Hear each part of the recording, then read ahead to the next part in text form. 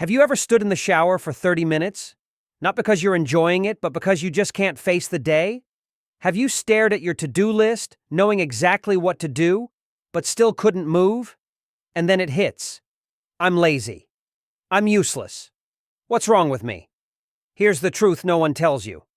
You're not lazy. You're just burnt out. Let's clear something up. Laziness is the unwillingness to act. Burnout is the inability to act because you've been running on empty for too long. Laziness says, I don't feel like it.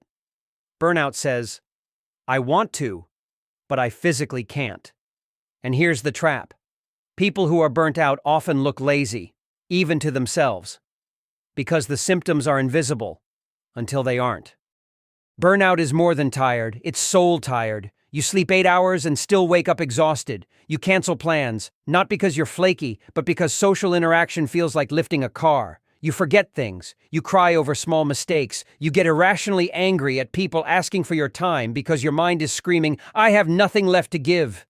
So how do you know if it's burnout? Let's break it down. Chronic exhaustion. Not tired, depleted. Even rest doesn't help. If naps, weekends, and vacations don't recharge you, this is a red flag. Loss of motivation. You used to want to create, to plan, to try. Now the thought of doing even small things feels heavy. Emotional numbness or irritability. You either feel nothing or way too much. Crying over dishes, screaming at an email. You're not dramatic, you're burnt out. Detachment from joy. You stop laughing at your favorite show. Hobbies feel pointless. You scroll endlessly, but feel nothing. Physical symptoms, headaches, gut issues, tight chest. Your body's been whispering. Now, it's screaming. Burnout doesn't just come from jobs. You can burn out from parenting, from caregiving, from chasing approval, from trying to stay strong for everyone around you. It's what happens when you chronically ignore your needs to meet everyone else's. If your inner monologue sounds like, I'll rest when this is done. Everyone else has it harder. I have no choice. That's not resilience. That's self-neglect with good PR. You can't self-care your way out of burnout in one weekend, but you can start to rebuild. Here's how. Radical rest. Not just sleep. Deep, unapologetic rest. Lay down without guilt.